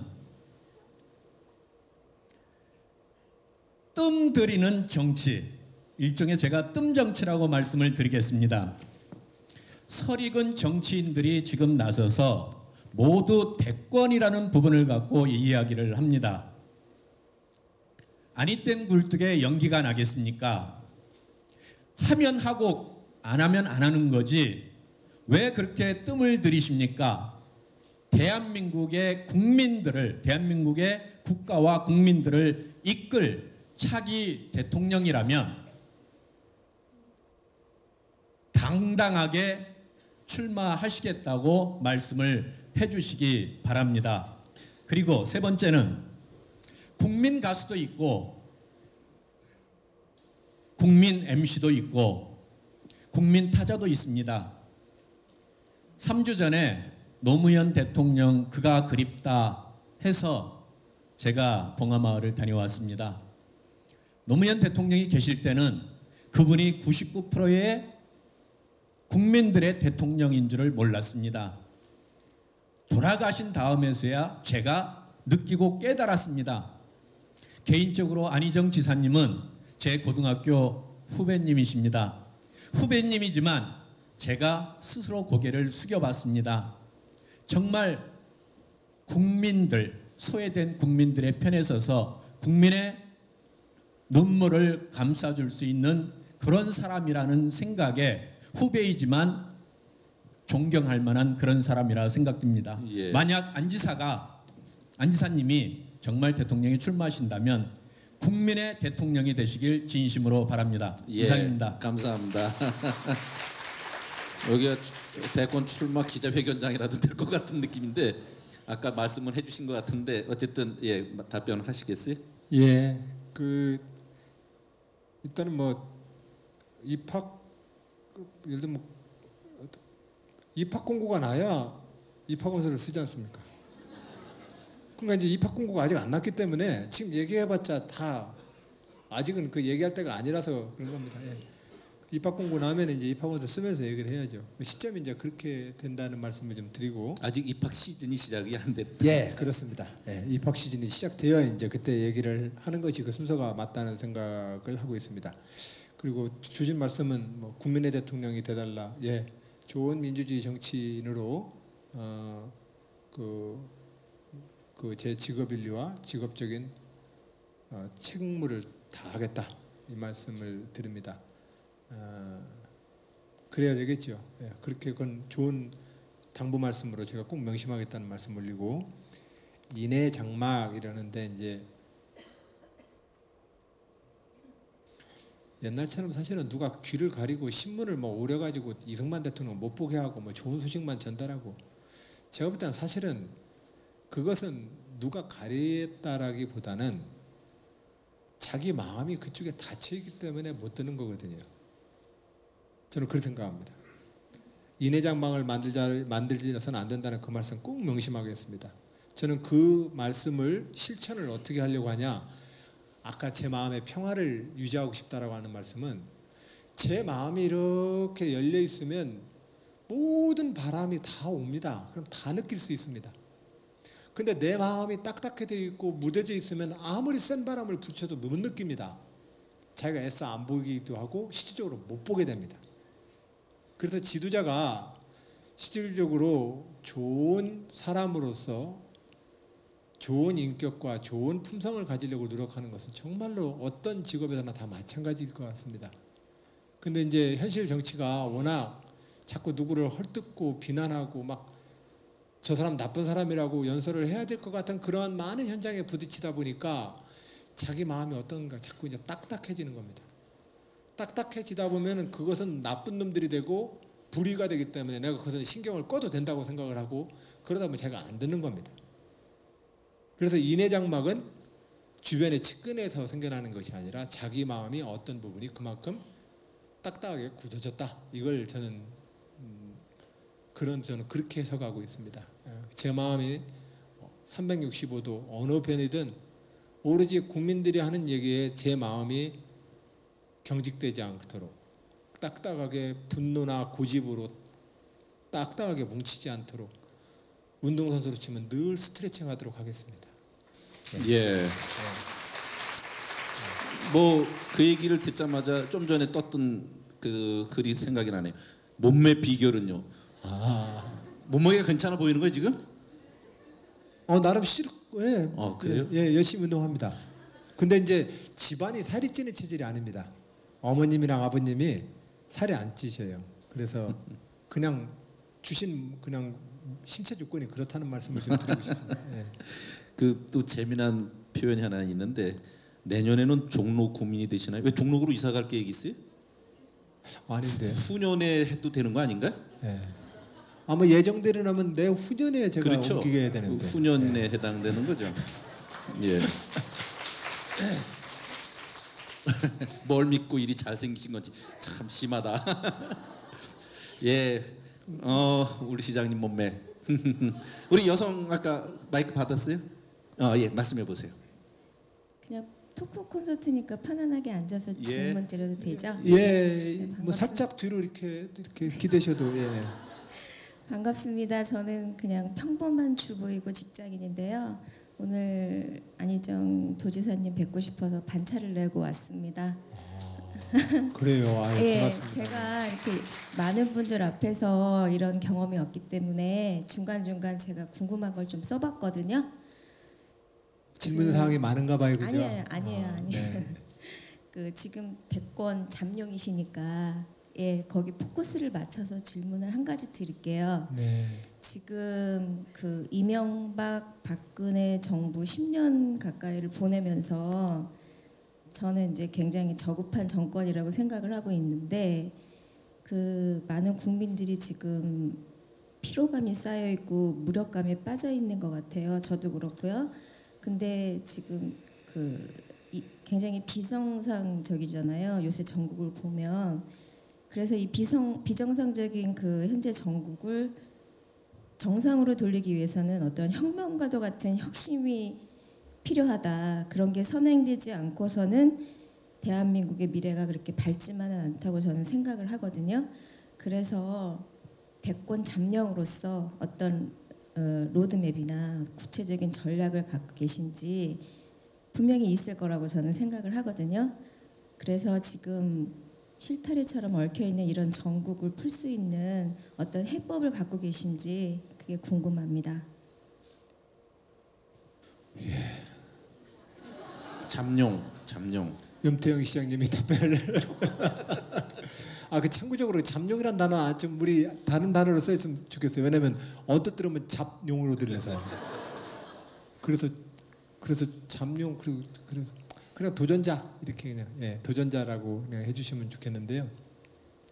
그런 점에서 지금 현재 이명박 박근혜 정부에 대해서 국민들이 현재 오늘까지 겪는 위기의식은 굉장히 큽니다. 심지어 많은 부분들은 최근에 최순실 건에 대해서는 심각한 모욕감을 느낍니다. 저런 대통령 밑에 내가 국민이었다는 거야? 라는 모욕감. 박근혜 대통령 좋아하시는 분들 입장에서 제가 박근혜 대통령 이거 비난하거나 조롱하는 거 아니라고 이해해 주셨으면 좋겠어요. 국민들의 마음이 지금 그런 것 같습니다. 그래서 이명박 박근혜 정부의 이 현실에 대해서 많은 분들이 이제 실망을 하셔서 다른 대안을 좀 만들어 보자 이렇게 얘기를 하시는데, 그래서 이제 헌법 개정으로 이런 대통령의 문제가 왜 생기냐, 이 대통령제를 그래서 좀 고쳐야 된다, 이런 문제 의식이 겁니다. 저도 똑같은 말을 하곤 합니다.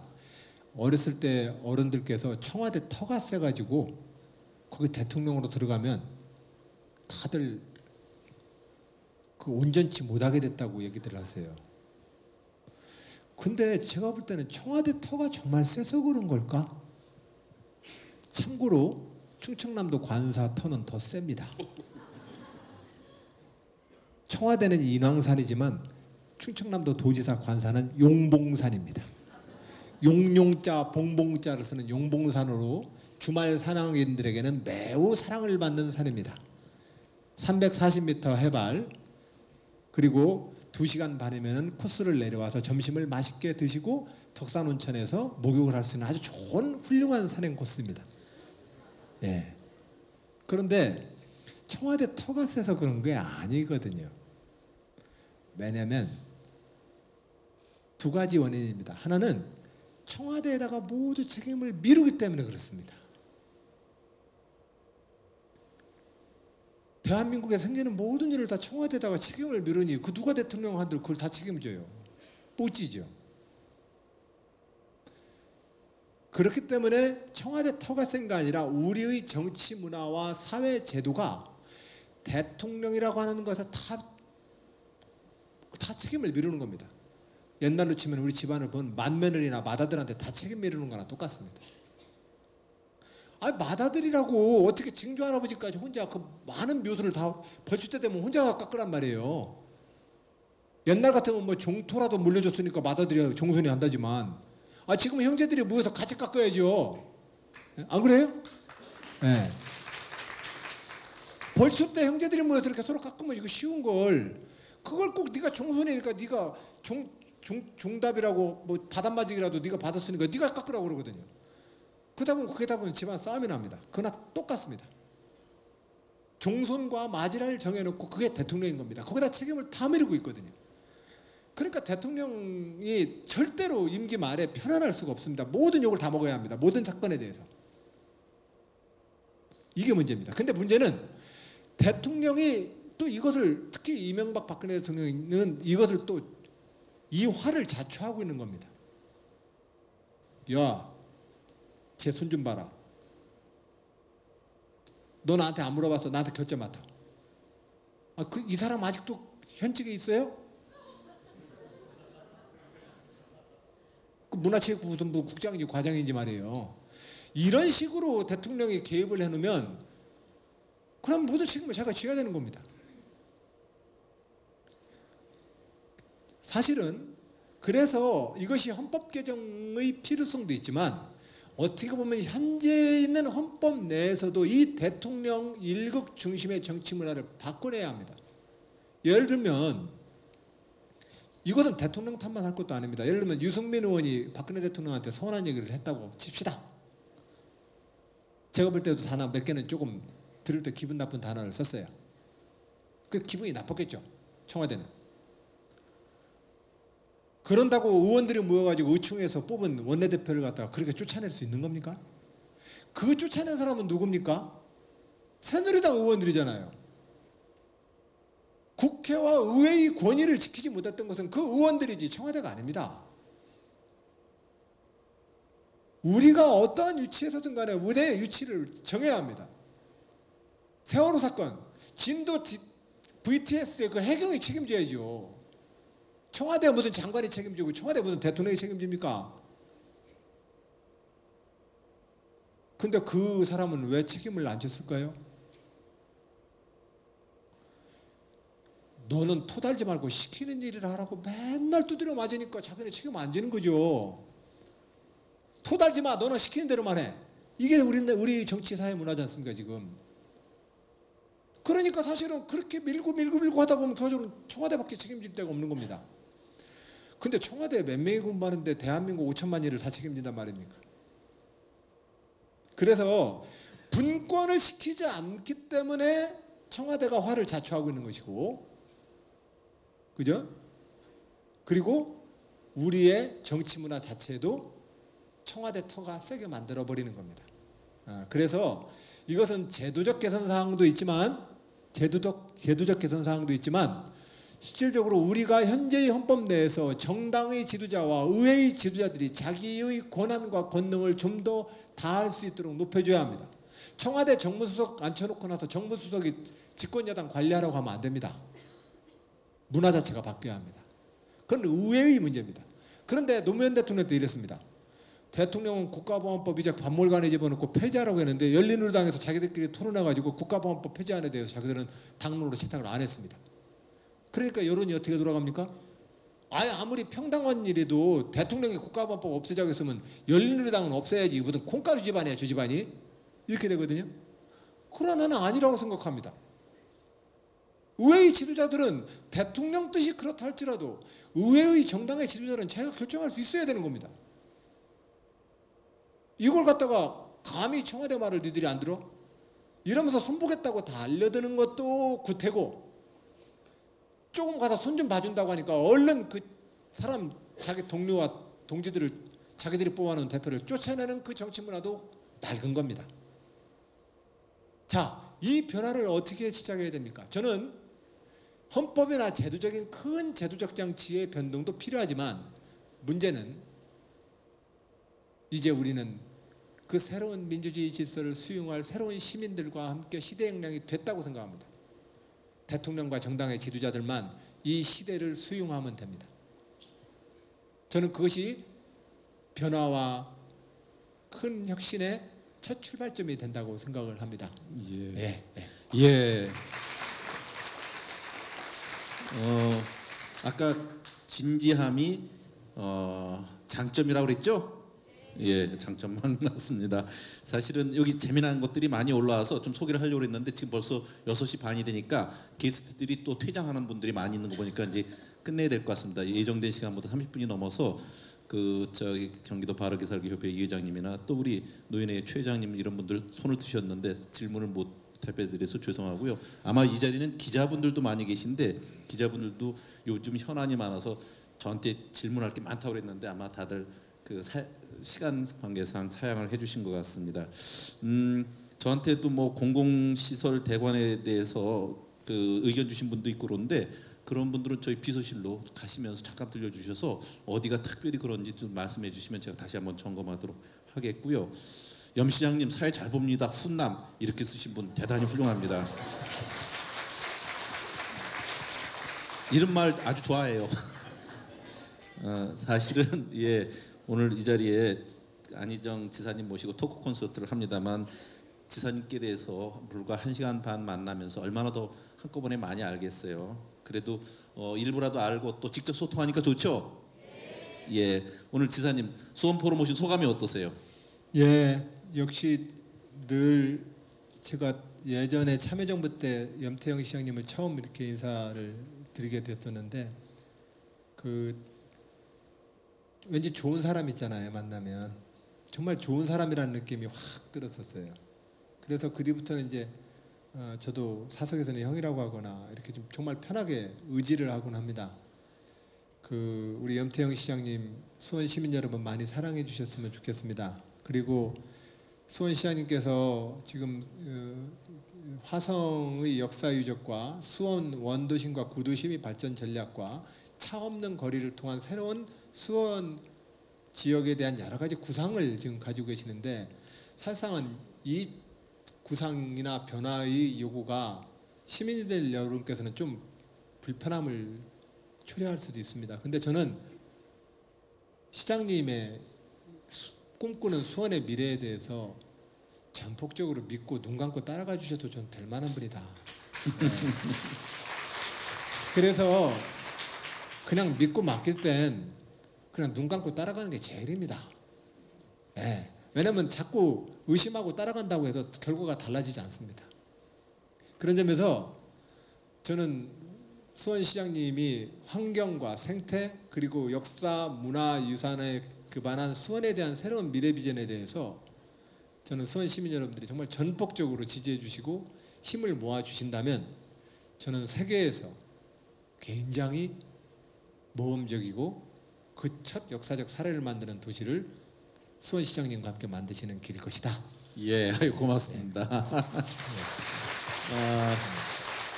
고맙습니다. 사실은 그 지사님을 모시는 일도 쉬운 일은 아니었지만 정말 그 바쁜 도정 가운데 시간을 내서 수원까지 와주시고 또 2시간여 우리 시민들과 직접 만나서 이렇게 소통을 해주셨습니다.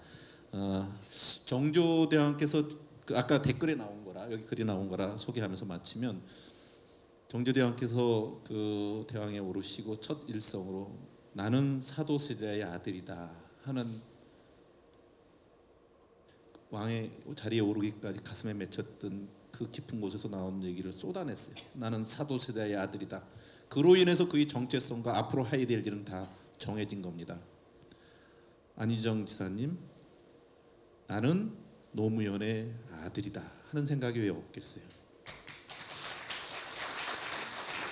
그러면서도 또 한편 노무현을 극복해야 될 책임과 시대적 과제를 안고 있습니다.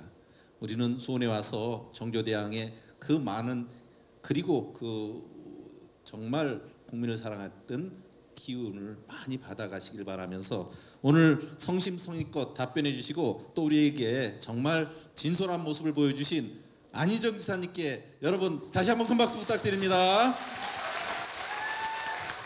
네, 그리고 오늘 1일 우리 안희정 지사님께 전달하시겠습니다. 큰 건 아니고요. 기념사진을 먼저 전달해 드릴게요. 오늘 아유, 수원시에 감사합니다. 와주셔서 진심으로 감사드리는 마음을 담아서 기념사진을 전달하고요. 또 저희가 여기 지금 판넬 보이시죠, 여러분? 들어올 때 청중 여러분들이 직접 우리 안희정 지사님께 메시지를 적어주셨습니다. 하고 싶은 말, 뭐 응원의 메시지, 뭐 여러 가지 적어주셨는데 이것도 전달을 드렸습니다. 네, 다시 한번 감사의 말씀 드립니다. 예, 수원 시민 여러분, 오늘 자리에 함께해 주신 시민 여러분, 그리고 온라인을 통해서 우리의 대화를 지켜보신 시민 여러분, 대한민국 주권자 여러분 반갑습니다. 그리고 특히 수원 시민 여러분들께 감사드립니다. 대통령을 마지막으로 보냈던 연화장이 수원에 있습니다.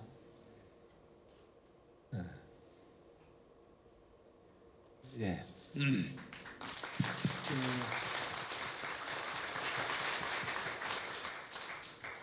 예, 하여튼 그리고 그곳에 대통령을 기억하는